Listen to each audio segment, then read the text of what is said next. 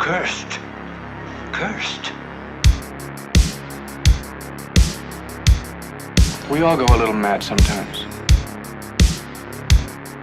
There's a formula to it. A very simple formula. I saw the boogeyman. I saw him outside.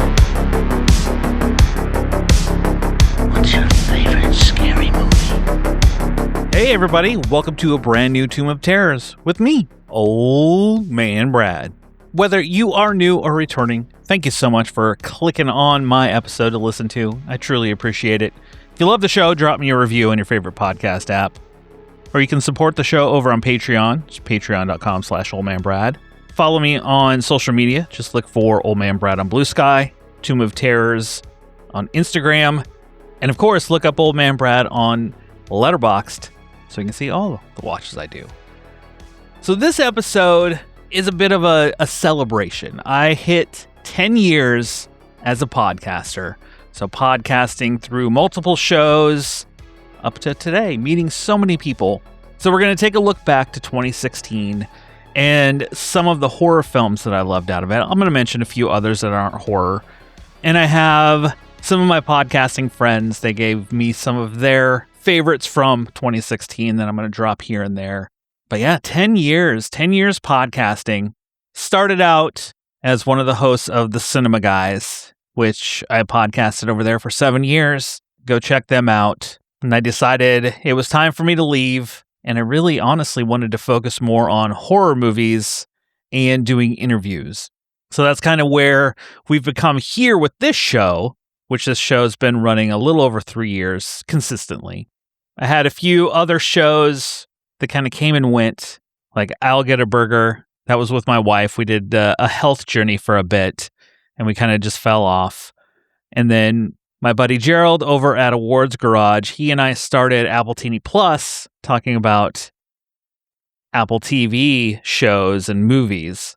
We didn't get too far on that. We haven't officially called it quits on that. It's just been on a multi-year hiatus. We'll just say that. Guested on so many episodes, countless episodes with so many podcasts. Some podcasts have come and gone.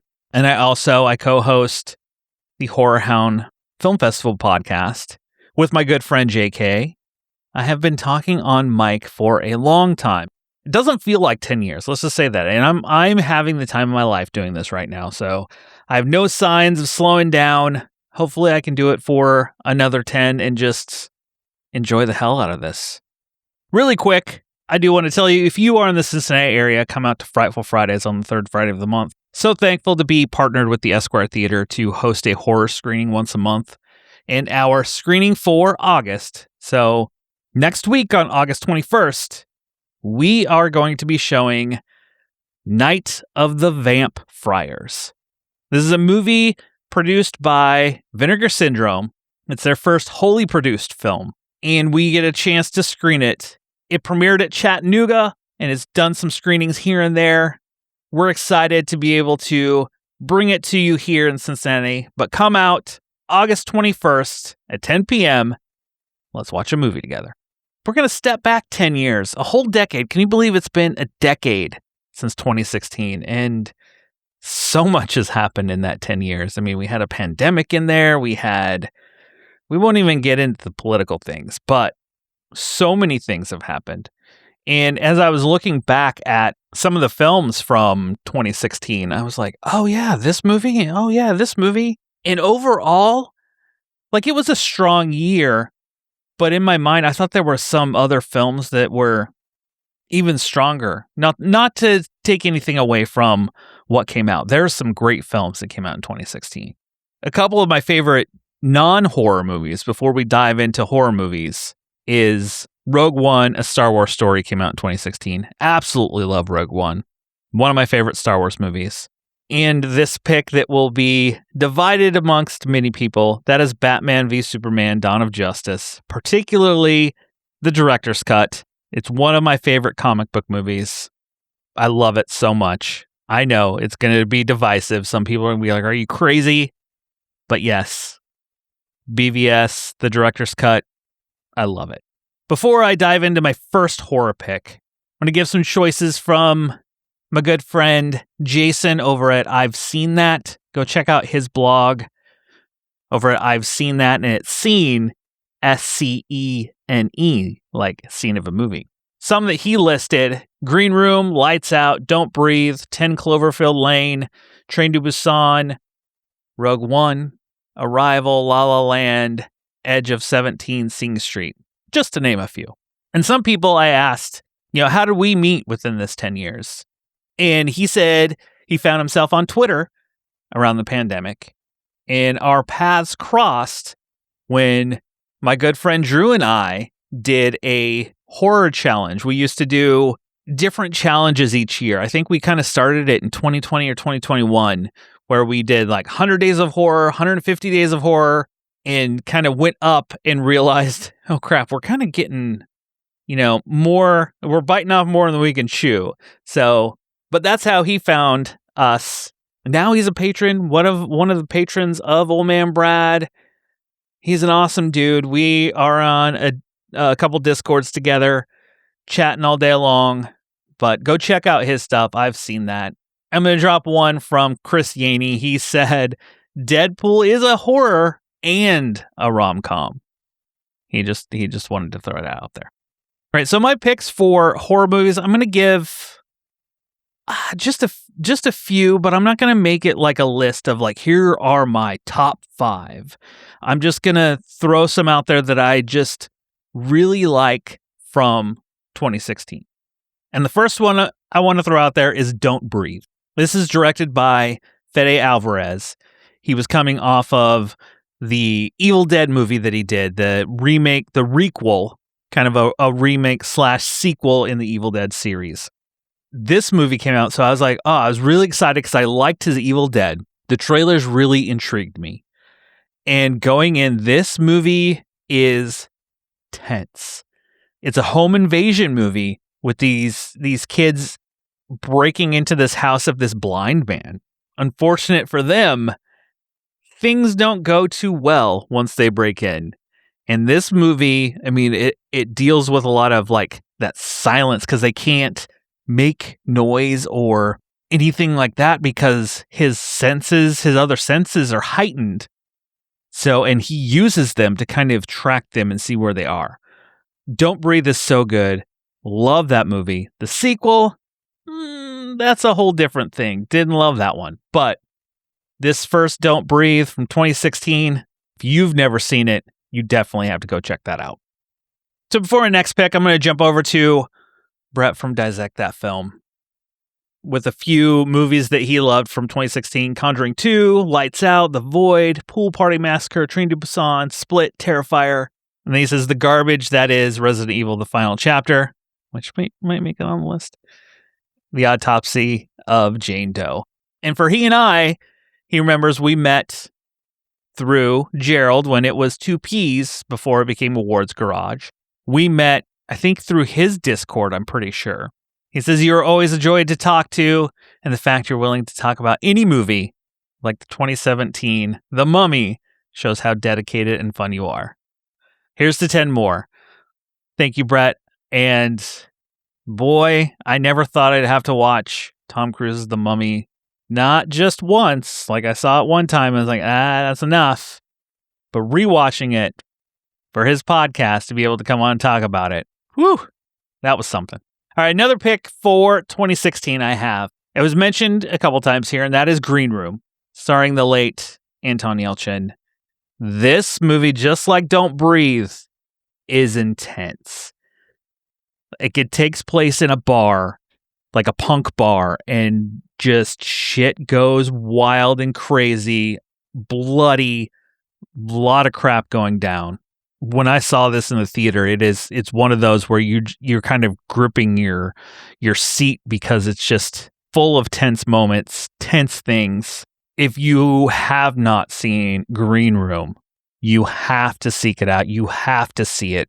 It is a fantastic film, just a tense, great film. So Derek from Bad Movies, Worst People, we met over on the Dissect That Film Discord. He says some of his favorites from 2016, The Witch, Train to Busan, and Split, as well as 10 Cloverfield Lane. And then Dan from Geeks with Beards, he has 3 from 2016 that he lists: Terrifier, Split, and Resident Evil, the final chapter. And he and I both met over on the Dissect That Film Discord, and he's been on the show once where we talked about Zombie 3 last year in my month of Matei, and he will be back here in a few months to talk some Paul Nashi. We're going to be talking one of his werewolf movies. He'll be the final guest of the whole year of Nashi. So make sure you keep your eyes open for that. All right, another one that I have listed for 2016 that I really love. And the funny thing is, I didn't love this movie the first time I saw it. It got better through not only a rewatch, but then the sequels just amped up, and I love this series as a whole. And that is The Barn. The first Barn movie came out in 2016. The first time I watched The Barn, I was like, I don't know. I don't know about this. But then on a rewatch, I think it was a few years later, I rewatched it before watching The Barn 2. And I was like, okay, I get it now. I understand everything here. Because when I first saw it, I think it was just the mindset that it just didn't hit the way that I hoped it would. And then between 2 and then the upcoming 3, which people will get to see soon, it's playing festivals. 3 is my favorite of the series thus far. Absolutely love The Barn 3. But I had to put The Barn on this list. Even, the first time I watched it, I wasn't sure about it, but it has become one of my favorites, and it's become like a rewatch around the Halloween season. I'll be watching all the Barn movies this year for sure. So, The Barn from 2016. If you haven't seen any of those, it's a fun throwback to old like 80s VHS time horror movies. It has the vibe and it has everything else, just like the film will be screening next week, Night of the Vampires. It has that same feel, and I love it. So back over to Kate from Pizza Bones True Crime Podcast. She said 2016 was a big year for horror and hard to choose. The Witches are number 1, and then Train to Busan, The Conjuring 2, Green Room. And she said there are a few others up there, but those were the top ones. And she discovered through listening as well as the Discord we're on. So another one for me from 2016. Some of these have been listed I'll mention them on the way out, but some that just really impact me, ones that I've watched over and over again, are ones that I'm going to talk about. And honestly, I don't think I saw anybody put this on their list, and that is Blair Witch. This is the second sequel, so it was kind of like a reimagining, so to speak, of the Blair Witch Project, where we had Book of Shadows was more of an actual movie. This one went back to that found footage roots that it started with. I've mentioned it multiple times on this show how found footage doesn't always hit for me. The original Blair Witch hit perfect. And this one did a really good job giving me that same vibe and hooking me in. And I don't feel like people talk about Blair Witch from 2016 too often. I think it's one of those movies that might have just been forgotten about. Like, oh yeah, they did make another Blair Witch back then. I really enjoy Blair Witch. I thought it did a good job bringing it back to that found footage piece that the original one had, as well as adding a little extra story, because the whole story is they're going to where this all happened. So it is meta, but found footage in the same light. Blair Witch is my next pick. Like I said, these aren't in order. I'm just kind of throwing some out there. And then we're going to jump to Captain Steve from Bucket of Chum podcast. He was recently on a Paul Nashi episode. And again, we met over on Dissect That Film's Discord, and we got to talk Hunchback of the Morgue. Listen to that episode. One of his favorite horror from 2016 is Ouija Origin of Evil. It was directed by Mike Flanagan. I have not seen any of the Ouija movies. I've heard The first one is kind of crap, and I've actually heard good things about Origin of Evil. So I'm going to have to add it to my list, check it out, because I have never seen it. All right, we'll do one more, just do a nice little 5, and then we'll kind of round out with other movies I love. And I can't get out of here without mentioning, it's been mentioned a couple times in there, some on their list for shit movies, some on their list, and that is Resident Evil, the final chapter. I am a huge fan of the Resident Evil movies. I know they're not good. I know they're not great movies, but they damn well entertain me. And when this one came out, I thought it did a great job of kind of bringing everything from the previous films together to kind of sort of tie it up, but also left it open for sequels that we'll never get. So I couldn't get out of here without mentioning the Resident Evil franchise. I love it. I know, Brett, I know you absolutely hate the Resident Evil series. And Paul W.S. Anderson, for those who are in Cincinnati, will be at Horror Hound September 11th to the 13th. So come out for Horror Hound weekend. You know, you'll see me around and you can come visit him as well as many other people. But yeah, Resident Evil will round out the list. And a few others I'm not going to talk too much about. Train to Busan has been on, I think, almost every person's list. That movie is fantastic. Terrifier was on a few lists. We all know about the Terrifier series. Conjuring 2, love the first one. The second one was good. Not as good as the first, but the second one was still really strong. We've seen that on a few lists. 10 Cloverfield Lane. And the last one I'm going to mention is The Void. Steven Kostansky. This is another movie I didn't really care for the first time I saw it, but on a rewatch, it hit in a different way and it worked. I want to thank everyone, anyone I've ever podcasted with, anyone I've ever met, whether it's at an expo, Horror Hound, a screening, whatever it might be. These 10 years podcasting have been amazing. And that's kind of the highlights of it are the people and connections I've made, making connections through various filmmakers, through podcasters, through listeners, through whatever it is. I have had a blast this 10 years podcasting, and I hope I can do it for another 10. As long as everything works out for me, my voice stays, all those things. Can't wait to guest on other people's podcasts. I can't wait for guests to come back. I have not only besides the Nashi series that will finish off the rest of the year. In October, I'm going to be doing, every October I do a Tales from Tubi October series. This year we're going to be doing cannibal films. I'll be setting up guests to talk about some cannibal films very soon. But make sure you subscribe and you don't miss any of that. As I head out, I want to tell you about Jackass.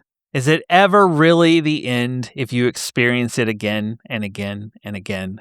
Watch Jackass, best and last, at home on digital with deleted scenes. I have a couple digital codes for the Jackass film. If you want one, just email me. Shoot me an email over tombofterrors@gmail.com, and I will send you a code over. First come, first serve.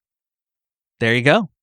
Well, that will do it for this episode of Tomb of Terrors. Thank you, everybody who has listened to me on whatever show it might be, whether it's a guest spot over when I was on Cinema Guys or Appletini, Horror Hound Film Festival podcast, here over at Tomb of Terrors, whatever it might be. Thank you so much for listening to my shows and episodes I'm on. I have had a blast doing this the last 10 years. Can't wait to keep it going. I'll be back soon with a brand new episode. Next week, I will have the director of Night of the Vamp Friars on the show. So make sure you subscribe and you won't miss anything that drops. We'll talk to you soon. Just snuggle up in that blanket, turn off the lights, because it's okay to be scared. We'll talk to you later, everybody.